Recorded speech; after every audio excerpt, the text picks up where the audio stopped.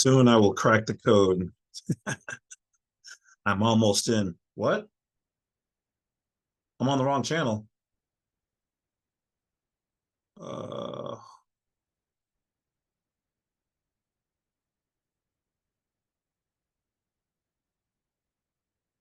hey, what's going on, guys, out there in YouTube land? It is I, the Bad Wolf. Well, let's get the light on here. All right. You didn't see anything, nothing to see there. Just some kind of interruption there with the satellite feed. What's going on, guys? It is the Bad Wolf. Once again, we are here talking about some interesting information. So a lot of people have been asking these questions and they keep running around to all these gurus when in all actuality, guys, you have the power the entire time. You've had the ruby slippers. You've got the feather. You've always had the power, Neo. It's all right there. You just have to need to know where to go. So I'm going to help you out with that. Now, we're not going to go through every single thing, but what do we have here? The U.C.C. Or should I use my backup 2023? You know what? The 21-22 has all the basic same information that we need to cover. All right. So if you guys are if you're doing commerce, guys, this is the Bible. This is the Bible. Shall I say it again? This is the Bible. Now, here's the thing about the U.C.C. Okay, I've talked about this in numerous videos. The U.C.C. can be upheld by your Attorney General and the Secretary of your state. But understand that though these are the laws or their internal code structure, we'll say, it doesn't mean that the company itself might not have their own rules, and some of them might sway from these. But the whole thing is that they are still supposed to abide by these. All right. So if they are in violation, you can bring it to your Attorney General for your state, the Secretary of your state. All right. And if you're in court, you can use these because they're all operating under the commercial code. Even if they don't know it, even if they're like, we can do whatever we want. Well, they adopted the U.C.C. And I'm pretty sure that if they're not doing things correctly, the state wants to know about that. And so you're going to need to report them to the state. All right. But anyway, so we're going to talk about some of the things that are in the U.C.C. because I sometimes forget, like when I'm telling you guys things, that a lot of you guys either don't have the U.C.C., don't know the value of the U.C.C., the power of the U.C.C. You're just hearing people say, oh, you need to do a U.C.C. 1, and then you're kind of just running off. So let's take a look at what all things that is in this book. Now, understand that this is put together by the American Law Institute, okay? The National Conference of Commissioners on Uniform State Laws. Okay, official text and comments, all that is in here.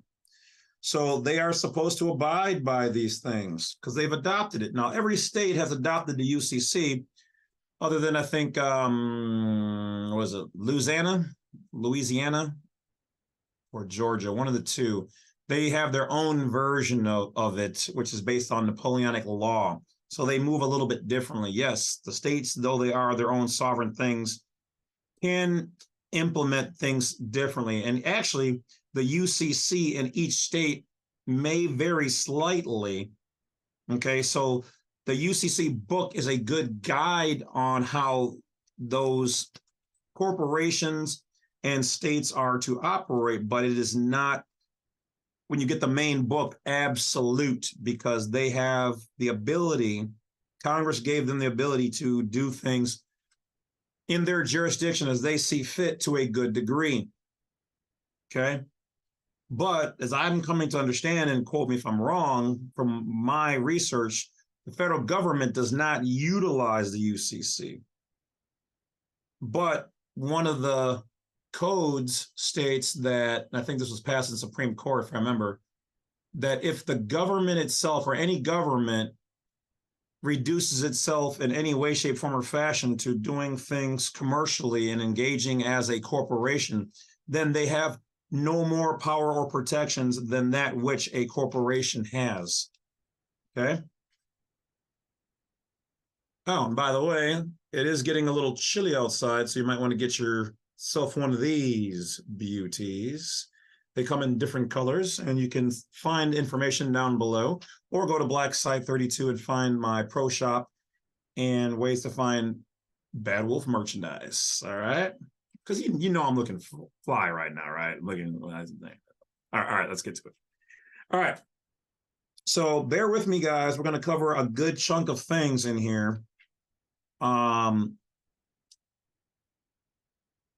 Because you guys keep going to all these gurus, and I keep telling you, you don't need to join somebody's nation or whatever else unless you want to. Now, what comes along with it are their protections and their things if they do in fact provide them.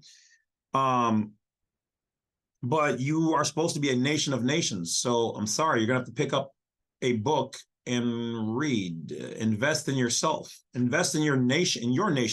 You know your last name is in fact a nation, right?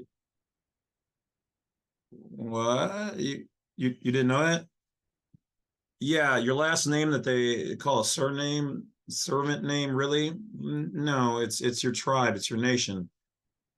See, everywhere where you were born, like my Star Trek glass here, pretty cool.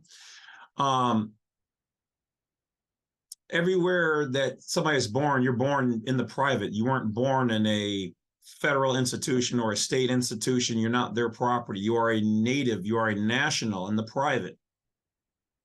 Okay, unless you live in some kind of king monarchy or whatever else, where you're literally their property, but in general, you're born private. Okay, and don't forget, even if you are somebody's property, there's actually international rights and laws. You might want to look into those. Anyway, I digress. So we're gonna, once again, you are in fact natives, okay? That's where the word national, nationalities, all those things come from, okay? When you hear things like citizenship, notice the key word at the end there, ship. That means maritime jurisdiction. Citus, okay? The word citus, citizenship, citus comes from that. It means of the city state. It means you are a product, you are of the city, on a ship, citizenship. It's right there in the words. They're not hiding it. You just don't understand what you're reading or hearing or whatnot. All right. So anyway, natives. Just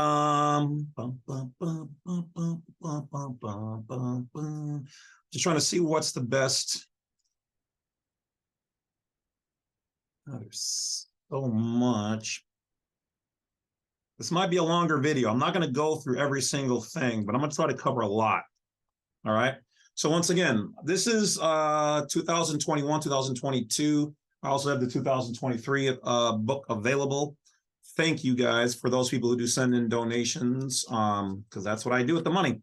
As you can see, I'm not going on vacations doing anything that I probably should be doing and having a whole lot of fun. It goes towards books to bring you guys more information. So, unlike a lot of people out there who charge a lot of money for their services, and camera, focus over here. No, okay. Fine.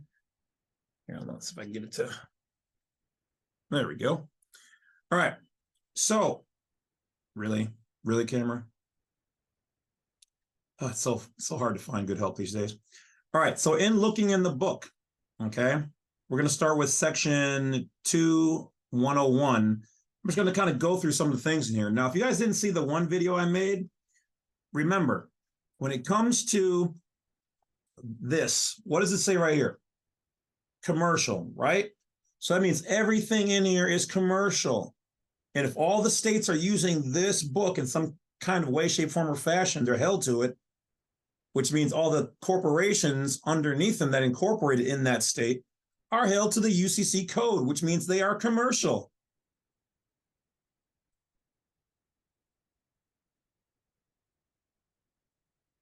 Now,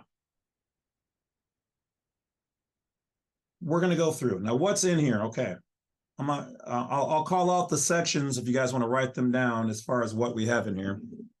Let's get serious. Let's get the book on the table here. All right.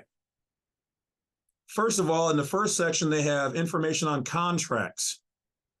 Excuse me, let me back up. They have definitions.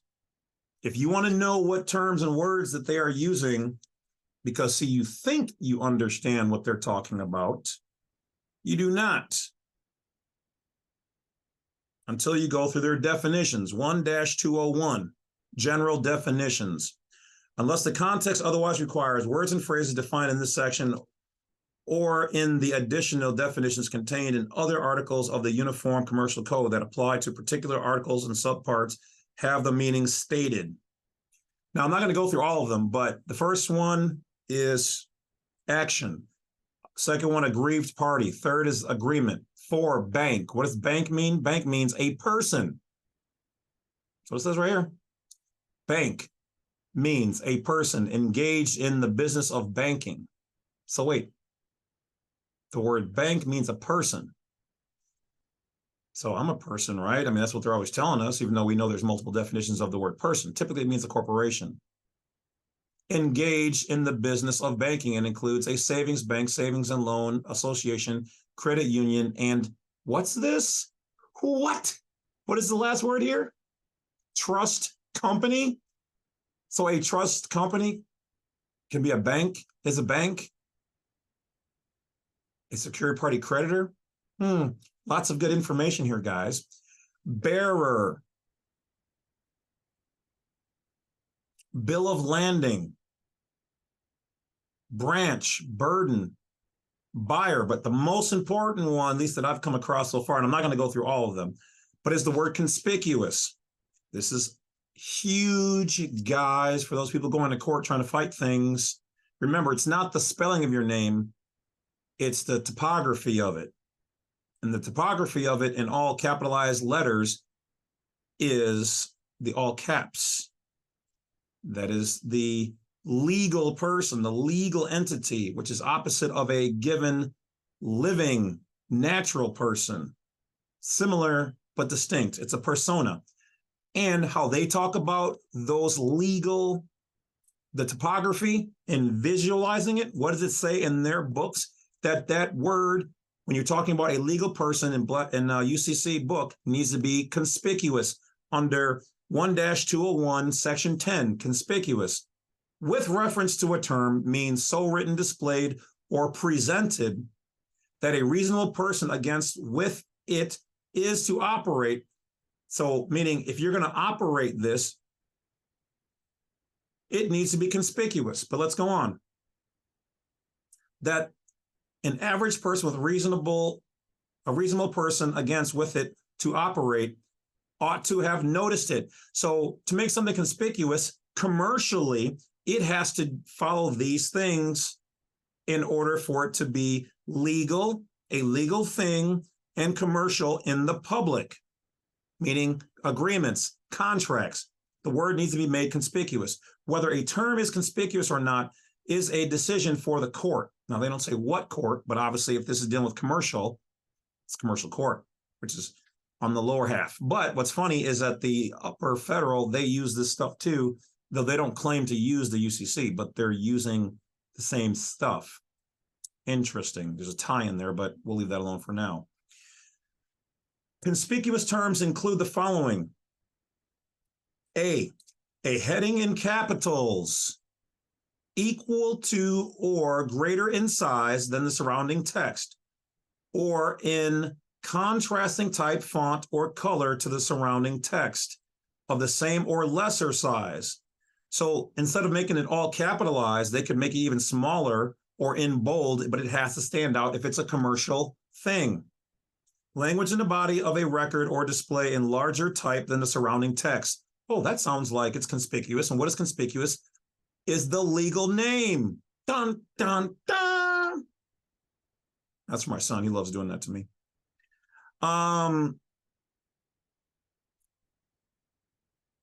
or set off from surrounding text of the same size by symbols or other marks that call attention to the language. They're saying there's a language going on here that you don't understand, and they must make it conspicuous. That's why they put all these things in bold print and in capitalized letters, because it is, what does this book say? Commercial, public, agreement, contracts. Now, also, there's other things in here like holder, good faith, genuine, remedy. Like I said, I'm not going to go through all of them, but those are the first section of them. Now, what's all in the UCC book that you guys need to be getting one of these books for? Contracts, agreements, conforming, termination, and cancellation of contracts. You guys keep asking me about them. Guess where I get the information? What can they do? Can't they do? How to get in them? How to get out of them? All right. Assignment of rights. Unconscionable contract or clause.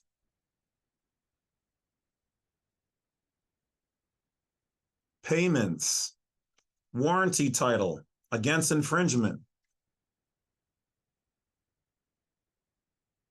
Warranties, modifications, merchantability. Merchant, water. And actually that word is comes from the ancient Atlantean language. Merchant, marine, maritime, admiral, anything pretty much, especially with the word AL in it. Okay, those were Atlantean words where all that comes from. They were the first mariners, at least within antiquity, that we have. Delivery, letter of credit. You guys want to know how to create a letter of credit? It's right here in the book. Here are the rules to creating a letter of credit. Rights of a seller, rights of a creditor, power to transfer, good faith purchase of goods,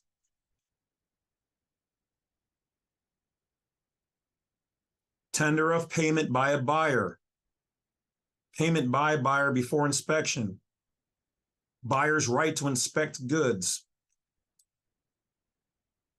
I'm just trying to give you guys some of the highlighted things. There's more in here. I'm just trying to give you some of the stuff that stands out to me that would be good. Establishing a breach of contract, notice of a claim, litigation to a person, performance, seller's remedies, non-acceptance, repudiation, deduction of damages from the price. Somebody's trying to sell you something and it's messed up, it's busted. There's a thing for that. Remedies for fraud, 2-721. There you guys go. Who can sue third-party companies for injury to goods?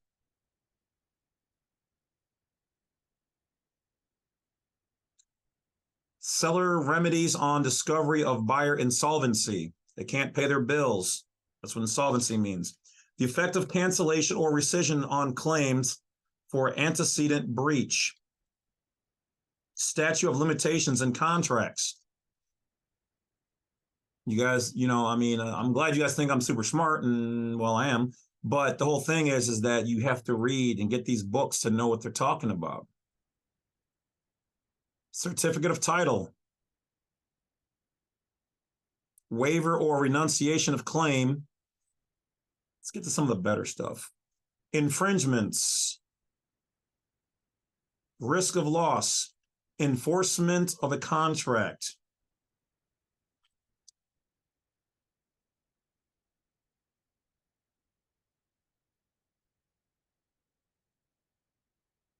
Cancellation, termination, and the effect of cancellation, termination, rescissions on fraud. Rights and remedies in section 2A 505. Notice after default. You guys keep asking me, what do I do when they default? Notice after default. There you go. 2A-508, lessee's remedies. lessee's rights on improper delivery, rightful rejection, installment lease and contracts, right to cure, acceptance of goods, revocation of acceptance of goods.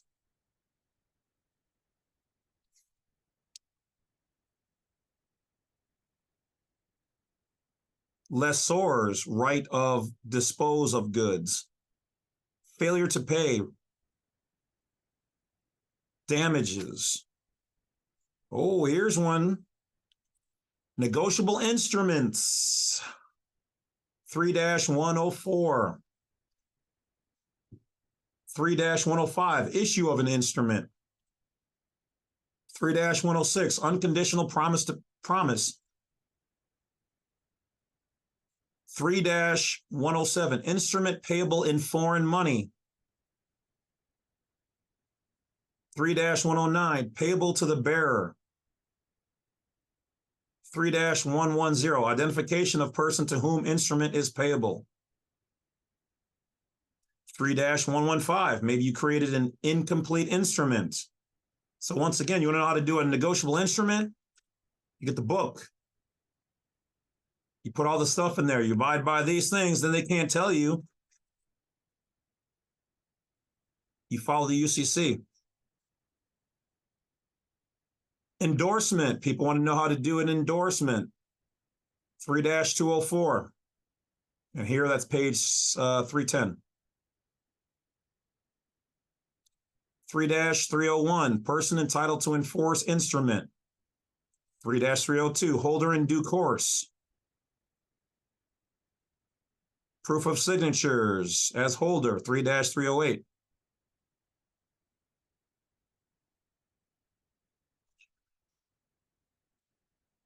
Lost, destroyed, or stolen cashier's check, teller's checks, or certified checks. Signature, 3-401. 3-402 is signature by representative. Oh, did you know that one? Everybody else is about using out there what? UCC 1-308. Okay. Now, here, well, this is UCC 3-308, but it says proof of signatures and status as holder in due course. But here, 3-402 is signature by a representative.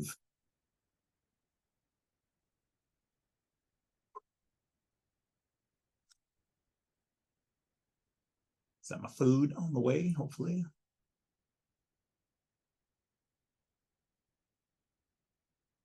It's on the way, but won't be here for some time yet. Because stupid Dave and Buster's canceled my order for whatever reason. Hope you guys see this too. I'm hungry. All I wanted was a burger.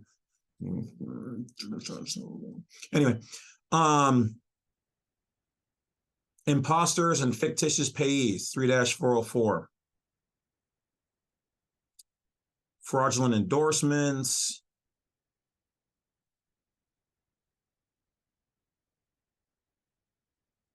Conversion of an instrument, 3-420. 420.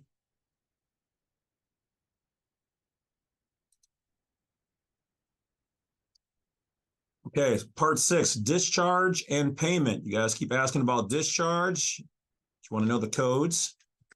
Do you want to know the codes to discharge things? Dun, dun, dun, dun, dun, dun, dun, dun, dun, dun, dun. All right. UCC book 3-601, discharge and effect of discharge, page 379. You're welcome in advance.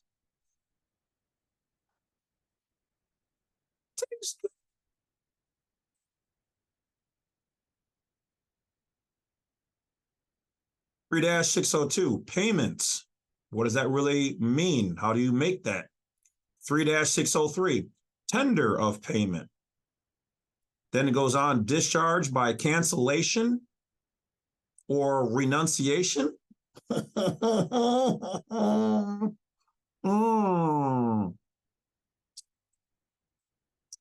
going to want to make sure you hit that bell, like, and subscribe, and feel free to share the video. Oh, and by the way, If you see anybody using any of my materials or images and logos inappropriately, please be ever so kind as to hit that report button for their video or their YouTube channel in advance, especially if they're using it and calling us the S word or something derogatory like that, which is a suitable offense. Thank you in advance, my good people. And thank you for the people who've already done those things. And sorry to the people out there who just want to hate. All right. Discharge of secondary obligors. Okay.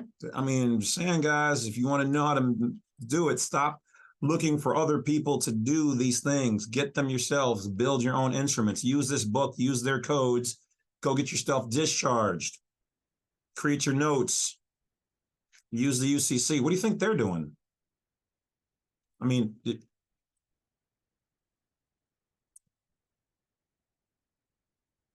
mean, these are their books, their information. You want to know who could put one together, how to put it together, what you need to have on it? It's all in the book. I mean, you know, all the stuff I've discharged and whatever else, that's in their books.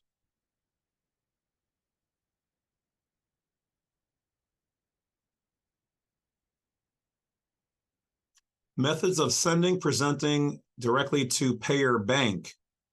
Oh. How to deal with the banks, 4-204. Transfers between banks, transfer warranties. I mean, if you guys want to know how they move, what they can and can't do, and how about this one, 4-214, right of chargeback or refund. Can you use these codes and go after them or after people trying to collect on you? Maybe they took it fraudulently. Did they have a court order? From an actual Article 3 bank? Or not bank. Well, technically, I guess you could call it a bank because they do deal. But an Article 3 court? Probably not so much. Debits and credits. Stop payment order. Did you know that if somebody's taking money out of your account, you can put a stop payment order on it for the exact amount that they're pulling out? Probably shouldn't have told you guys that part. When items are subject to notice, stop payment orders, legal process, or a set-off. Did you know that that's another word for discharge is a set-off or a mutual offset?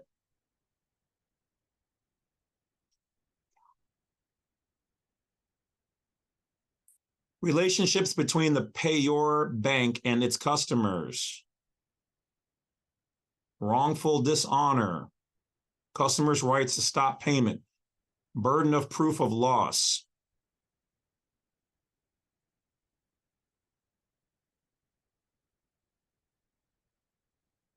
Customer's duty to discover and report unauthorized signature or alterations.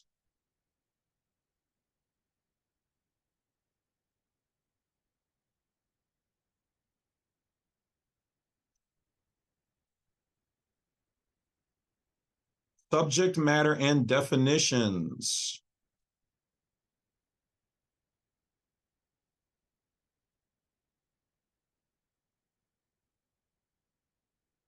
Acceptance of a payment order.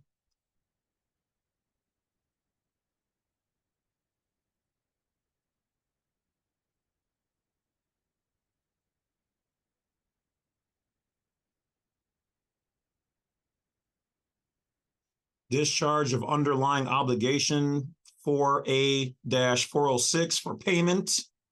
Payment date, obligation of sender.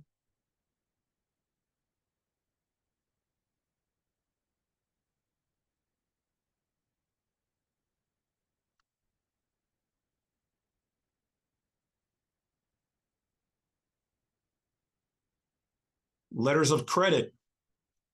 Do you want to know how to put together a letter of credit?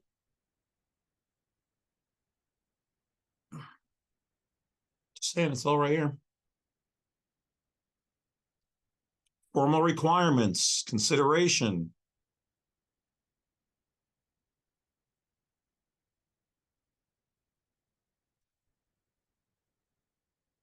Talking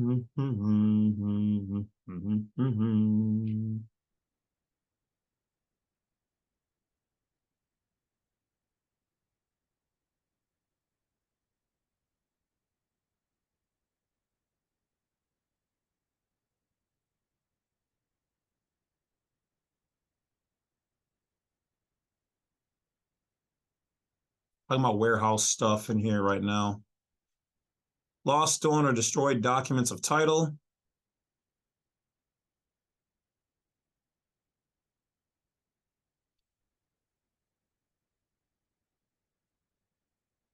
Creditors' legal process, 8112.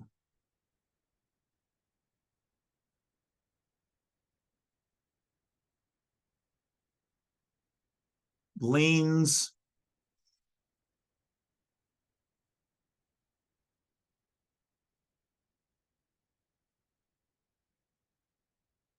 securities, registration, the duty of issuer to register transfer, delivery, rights of a purchaser,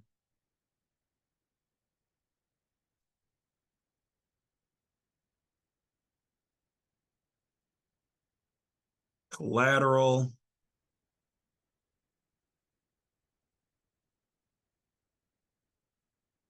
laws governing perfection and priority,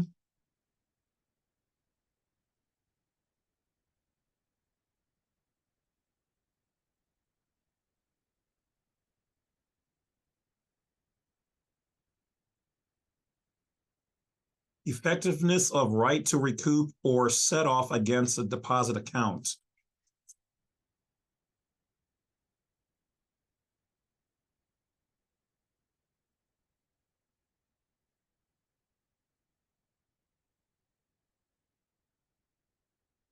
Filing office contents and effectiveness of financing statement. 9-501, the filing office. Record of mortgage as what? Record of mortgage as financing statement.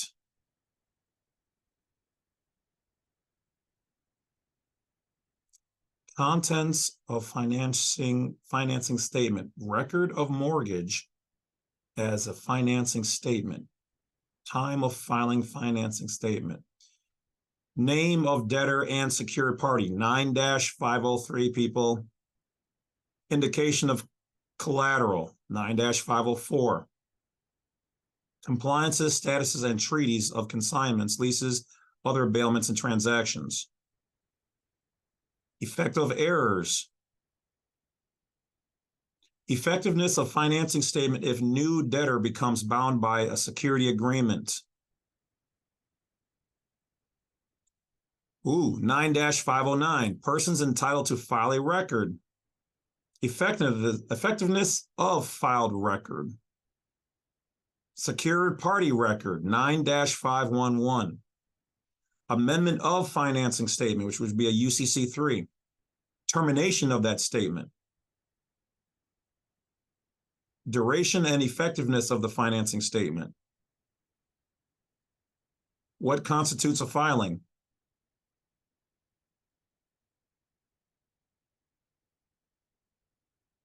Duties and operation of filing office.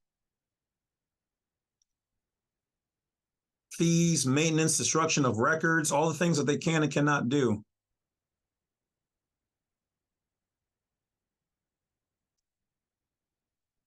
Default and enforcement of security interests.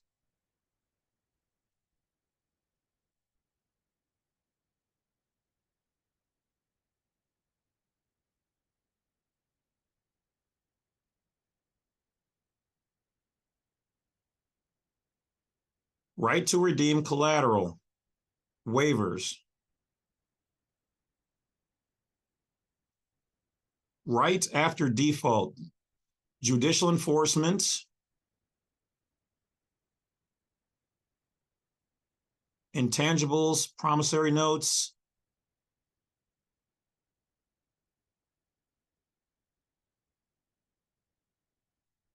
Non-compliance with article. Remedies for secured parties' failure to comply with the article.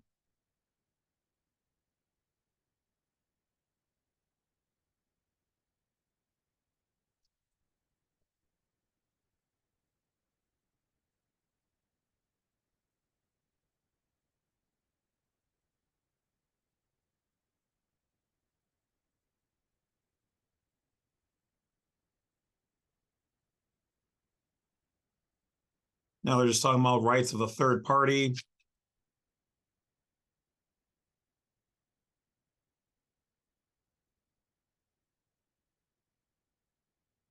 Default 9-501. Procedure when security agreement covers both real and personal property. Collection, rights, and secured party. Collateral as discharge.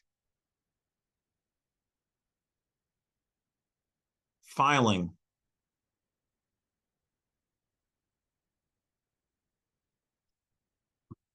Issuer.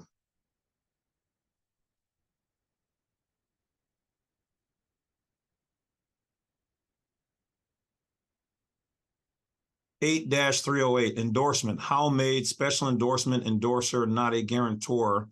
Partial assignment.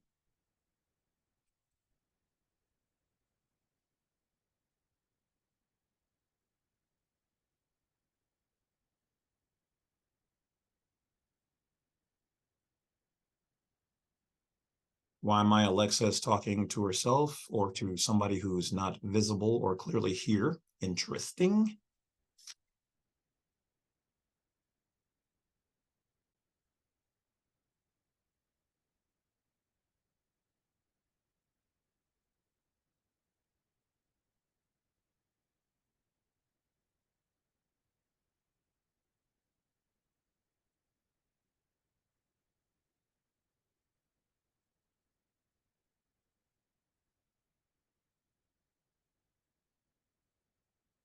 Holder in due course.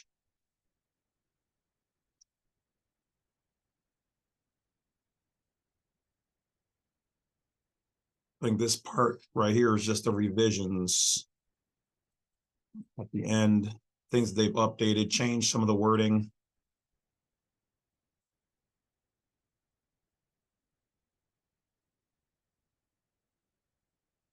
All right, I'm not going to bore you guys to tears with the last little bit here, but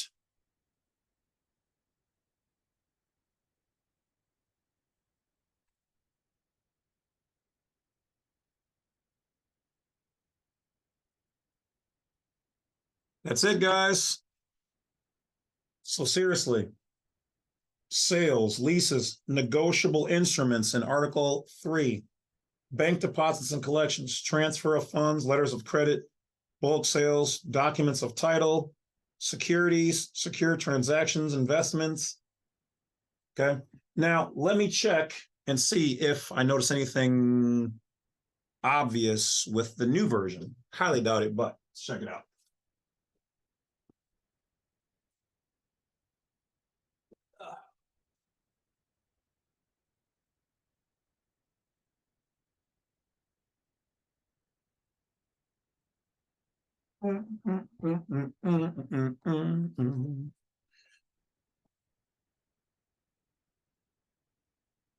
Okay. Everything seems to be the same by at least open glance. Why they're in 2 volumes, I guess the one book was getting to be a little bit too big, so they've added a lot more stuff, is basically what it seems like.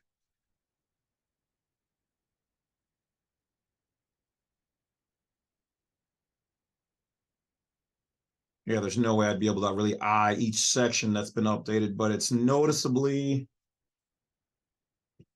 bigger by almost a whole book. Hold on, let's see here. So now you can see old one from last year, new one, and they've added a considerable amount of new information.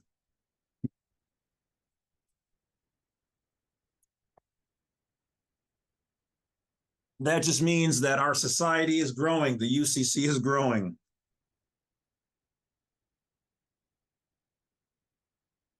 But while I'm here, let me just check out my key section here. See, now you guys aren't going anywhere. I got you for 3 minutes.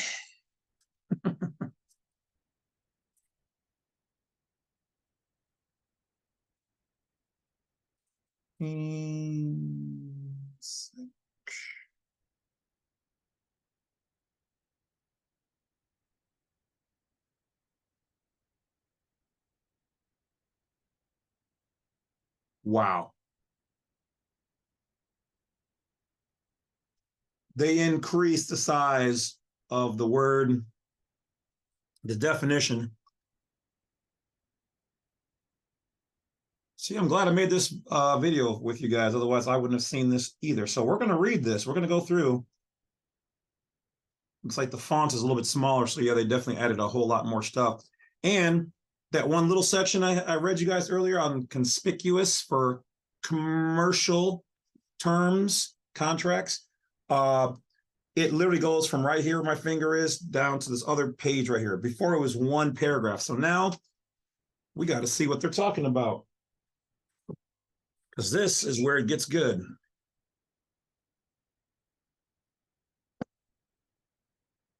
Somebody asked me if I read all the books, all the men. No. God, my brain, I can barely contain what I've learned already. All right. Thought the video was over, but in fact, it is not. Light me up. All right. So once again, to reiterate, we know this is commercial, which means public, but can you do some things in commerce that are private? Yes. But this is, in general, public, the standard that all the states and corporations use when creating or doing any kind of transactions in the commercial industry. So, derived from the former section 1-20110, this definition states that the general standard to be conspicuous, a term ought to be noticed by a reasonable person against which the term is to operate. Whether a term is conspicuous is an issue for the court. Whether the appearance or presentation of a particular term satisfies this standard is determined by reference to the totality of the circumstances and requires a case-by-case analysis. Oh, so it sounds like they're trying to give themselves a little room here, a little wiggle room, meaning, oh, well, the courts can decide in that particular state if this word is conspicuous and it's commercial, which we know it is commercial and it is conspicuous and it's the all capitalized name. So it's a commercial entity. It's not a private thing, but can you turn something like that private? Yes. Are they privately using it in their own state, but it's so well received amongst all of them that it's considered public? Yep. Okay.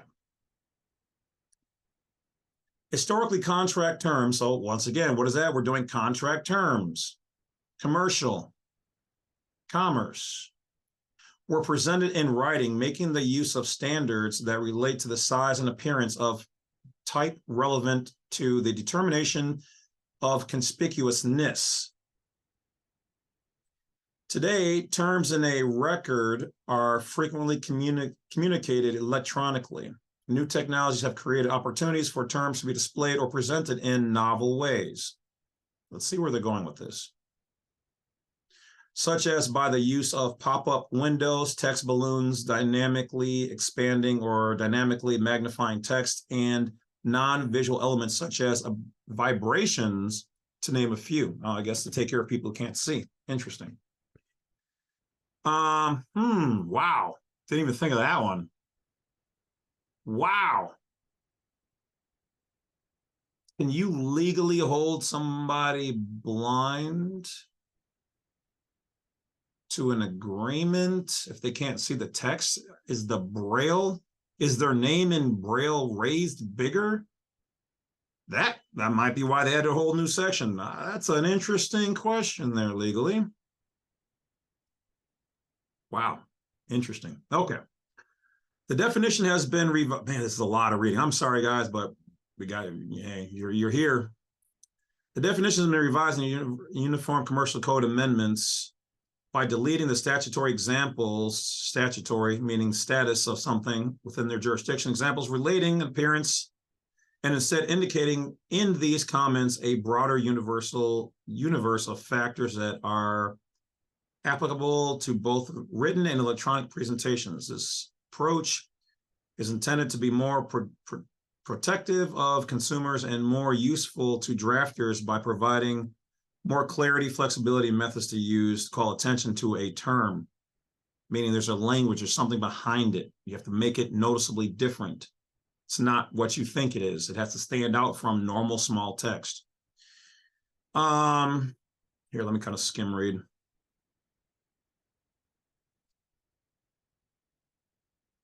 For example, assume that a merchant of goods wishes to enter into a transaction for sale or lease of goods which does not include an implied warranty of merchantability or fitness for a particular purpose.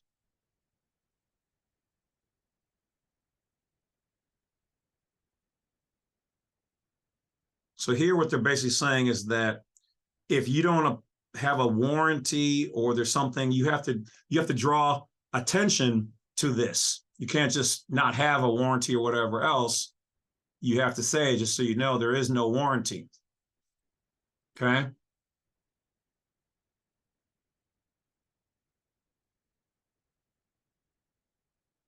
Okay, we read that already. If the term is in a standard form intended to use in any way in many agreements, the determination of whether the term is conspicuous may be made with reference to typical likely parties to the agreements. Take into account all aspects of the transaction, the range of likely equipment and settings used by such parties, and education, sophistication, disabilities, and other attributes of such parties. If the term is not in a standard form, the determination of whether it is conspicuous should be made with reference to a reasonable person in the position of the actual person against which it is to operate. So if I understand it correctly, depending on how sophisticated you are, your education, your disabilities, they need to make certain terms or a certain lack of things conspicuous. They have to draw your attention to it, or that somebody there on your behalf or more accomplished can then say, hey, just so you know, this is what they mean with this term, or by the use of the bold typography of this, there's something extra here that you may not have the overstanding to comprehend what's going on. All right, on the way, a couple more minutes. Okay, so now here it says factors relevant to whether a term is conspicuous include, but are not limited to, the following. So what they're saying here, just like the GPO or the styles manual for the government, is that we can't cover all of the possible terms, uses, traditions, and whatever else. So they're giving themselves a little bit more leeway, okay, in case you want to argue that there's something there. But the book clearly still talks about, one, it's commercial. And here they're saying if all the text is not, all of the text, and even including the capitalization of the first word, which generally is just what it is, but that is drawing your attention that this means something. It's specific. It's denoting that it's the beginning of a sentence. Okay, but we also know that that's upper and lower case is also capitis medius, okay, which when describing a legal person or a name means that there is some loss of something there. That's why they put that in either upper and lower or all upper, because remember, all lower is capitis minimus, no loss of rights, no loss of family name, nothing. That is the standard, basic, private way of writing. When they use other things that are making conspicuous, it's commercial. There's something different about it. There's a meaning behind it. It's a contract. Okay. So I already read this part, but it says, for example, it needs to be made conspicuous if it is introduced by a heading in uppercase lettering equal to or greater than the size of the surrounding text. So if the surrounding text is small, then to make it conspicuous, it needs to look different. It can be the same size, but it needs to be italicized, where it leans. It needs to be made bold, something. Color. Why do you think they use different colors? Because these are the things that govern that there is something different going on here. That's what it means. Oh, check it out.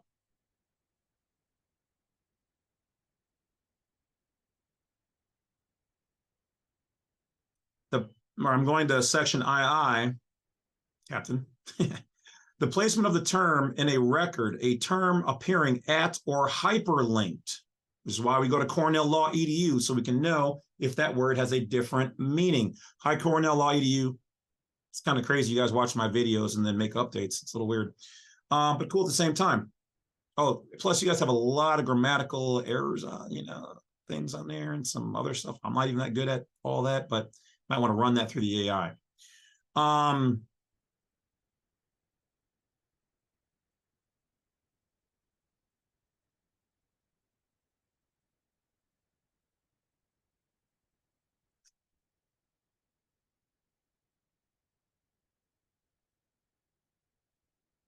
Okay, they're just talking about the hyperlink. That was never in the old one, so that's new.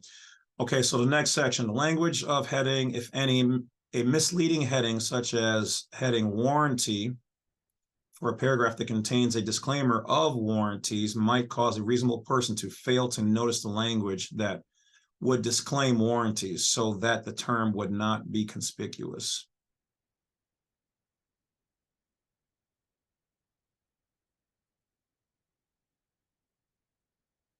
Talk about hyperlinks again, as drawing your attention because they're colored, they're underlined, but they're the same size, okay? So when you see a blue hyperlink, like on Cornell Law EDU, they're saying there's something behind it, which is why I told you guys to use Cornell Law and look up for state citizens and nationals, 8 U.S.C. 1101-22B, okay, versus 8 U.S.C. 1101-21. Look at the hyperlinks. They're telling you there's something there. Why? Because it's commercial, and it's a commercial code.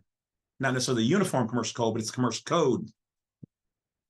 They use the same principles all across the board. So that's why a lot of these low-level functionaries don't know what's going on. One, they don't read the books. Two, the people over them do not tell them what's going on. They just say, hey, just do this. And even some of the people up higher from them, they don't know the minutia of what's really going on, of what they're doing, why they're using that. They don't. They just don't. They think they're right and all high and mighty, but they don't understand. That's a legal thing. Legal and public is opposite than lawful and private. They're different jurisdictions.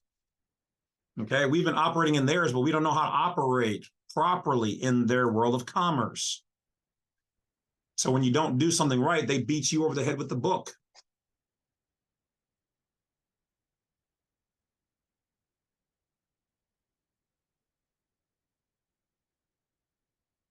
They don't know that the legal person and the legal entity is separate and distinct. But let me break it down. Let me prove it to you. Let me prove it to you right away. If you go and get a business from the state of whatever state you live in, and you call it Badwolf Enterprises, right? You're clearly not Badwolf Enterprises, but you have the name, so you're the operator of it, right? You're not physically that piece of paper, first of all. It has a separate and distinct, easily identifiable, different name, legal name. So it's a different entity that you are responsible for in some way, shape, form, or fashion. You created it, you manifested it underneath their corporation. So it's not any different than when the state creates the birth certificate. They didn't birth you, they birthed the vessel, the legal person, which is separate and distinct as you, with conspicuous lettering. Then you resort to Black Law's dictionary and see that a name in all capitalized letters, which is a full loss of rights, is the legal entity, because you're generally waiving your rights from being under the Constitution to under the state's Constitution. So if I'm, unbeknownst to me, made a resident of the state of California,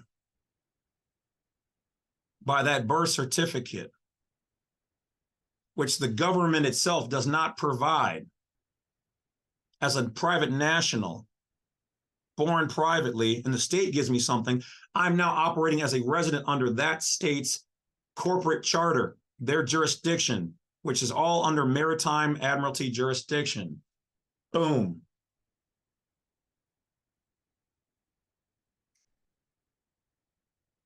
Let me get to the last part.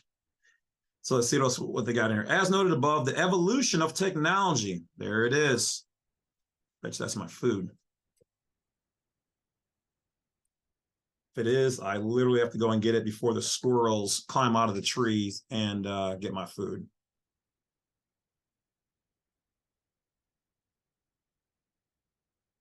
Because yes, they do that here. Yep. Literally, I had Uber food delivered. The squirrels ran out of the tree, jumped in my bag, and only ate the bread. That's what you get for feeding squirrels bread. Right back.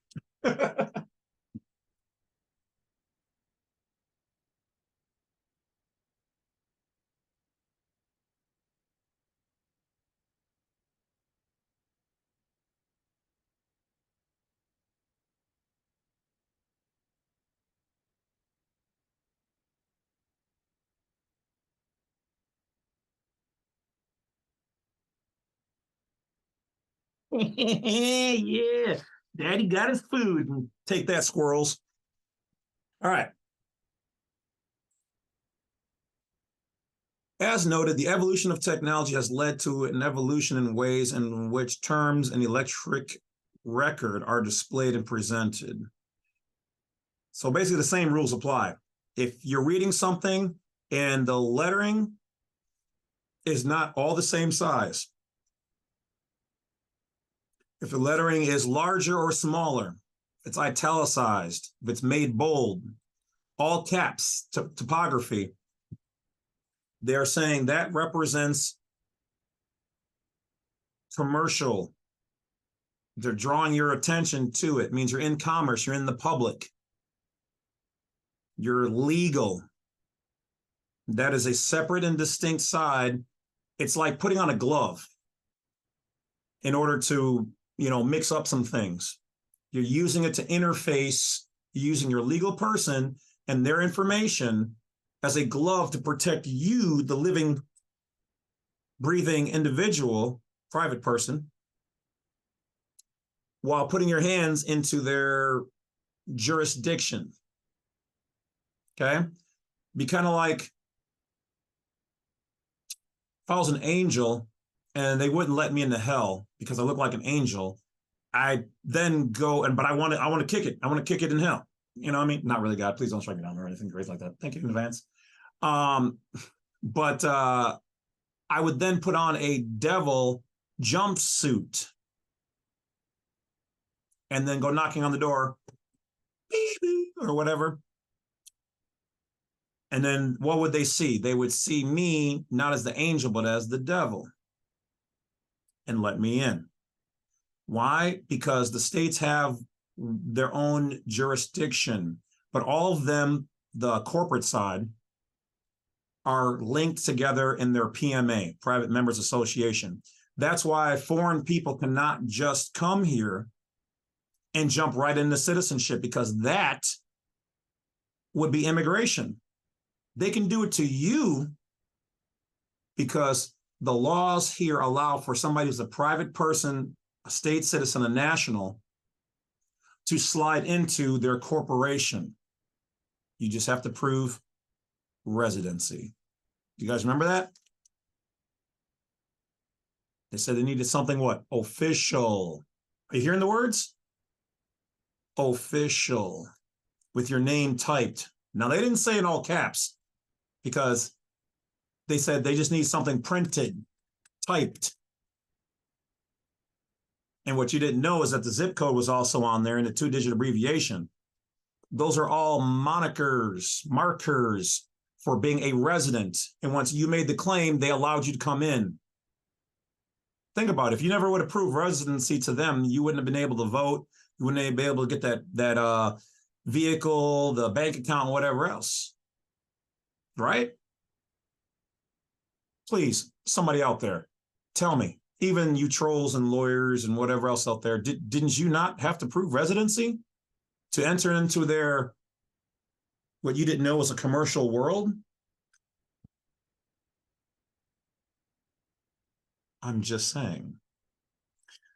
So let's see how this finishes off, and then I'm going to go grab some grub.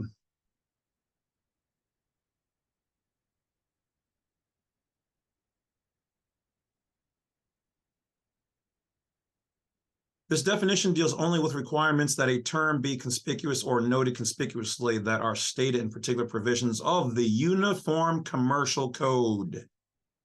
Other protective, okay, this is interesting. Other protective doctrines designed to assure that assent is meaningful that are found in law outside the UCC may also apply. So now they're alluding that there's other doctrines. 1-1305B. All right, well, we're going to have to check that out real quick. 1-105B. 1-105B. Oh, I got to go back here.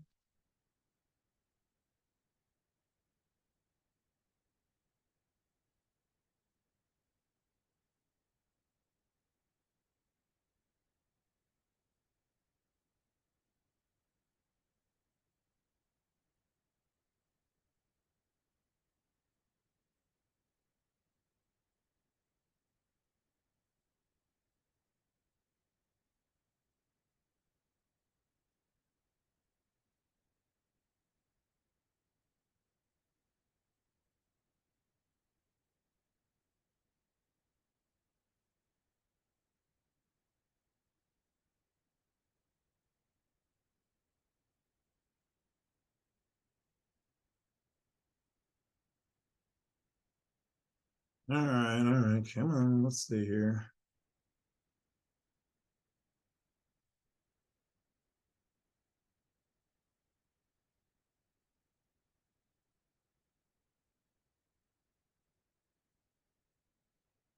Or is that the...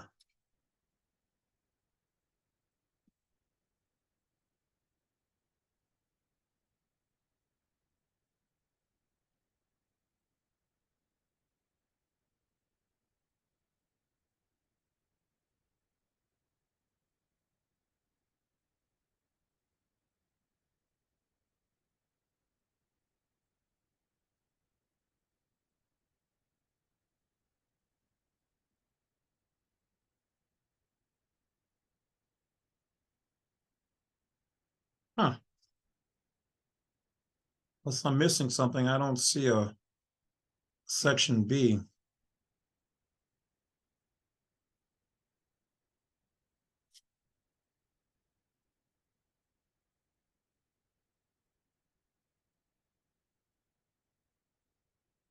Yeah, C section 1-103B.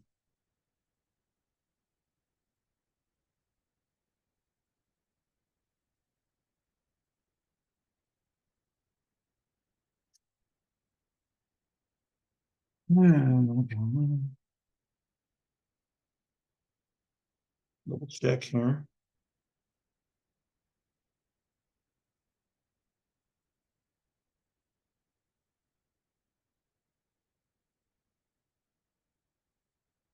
Okay, wait, this might be it.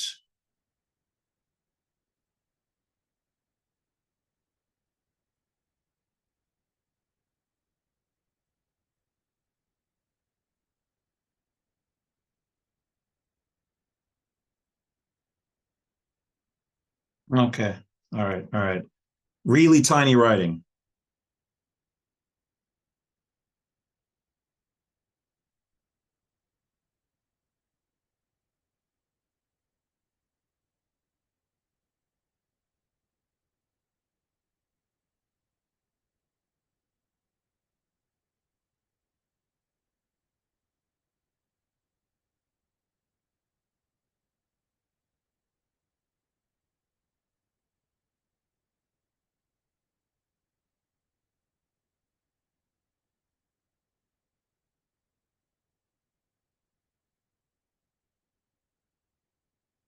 So what they're basically saying here is that with technology, there's things like electronic agents, and they passed something called the Uniform Electronic Transaction Act,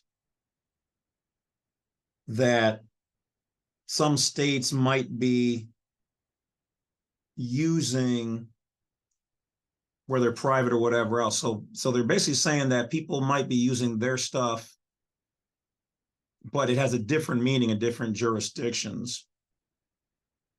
And with the advent of electronics, that there might be new things, and as those new things come out, they will try to update with them.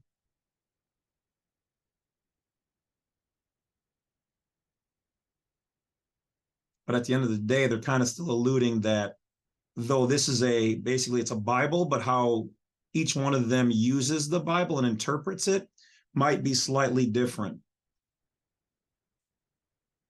So you've got a combination of a perfect storm here, where the states don't know the antiquated or original meanings of these things. So from their perspective, they don't exist. Okay, now we've tied it together in the other videos about what it is. Even just now, I told you if you create a state created business entity or the government, that becomes a legal, separate, distinct thing from you. When you do it the government or IRS or the states, and they give you an EIN for it, it has a number. Okay, when they do it with your birth certificate, does in fact that document not have a QSIP on it in most cases? Or if it doesn't, it still has a numeric number on it, well, and it's registered, right? So then it's a registered entity. So if everything that they create that has a name and a number on it, no matter what name and number on it, is a registered entity that they can control, then that's a legal, distinct, separate person than you. But you're operating it as a mask, as if it really was you, or is. And when you do that, that's called alter ego, or multiple personality, or multiple legal personality disorder, because you can't separate yourself from that thing. You don't know how to. You didn't know you could, or that you can, or that you should, if you decide. More so, it's about learning to use it as you see fit, not necessarily abandoning it. Everybody's like, oh, get rid of the straw man. Why? It's a tool that you should use in their jurisdiction when you want to play the game. So put the gloves on, put the suit on, and frolic through hell. All right, guys, that's it. Thank you for watching this video. Sorry it was a little longer than I expected. I used to try to keep them pretty short. But wait, we just ran with the information. So now you guys know. So go out there and be non-belligerent, non-combatants, neutral, private, and utilize your public person as you see fit. All right.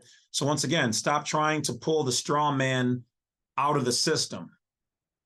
You can denounce the straw man if you want. You can distance yourself from him. And then at the end of the day, just use it when you want to use it, but create your private side. All right. That's it, guys. Wolf's out. Oh, look at the camera focusing in. Oh, yeah. All right. Talk to you guys later. Have a good one. Wolf's out. I got to eat. Wolf's got to eat.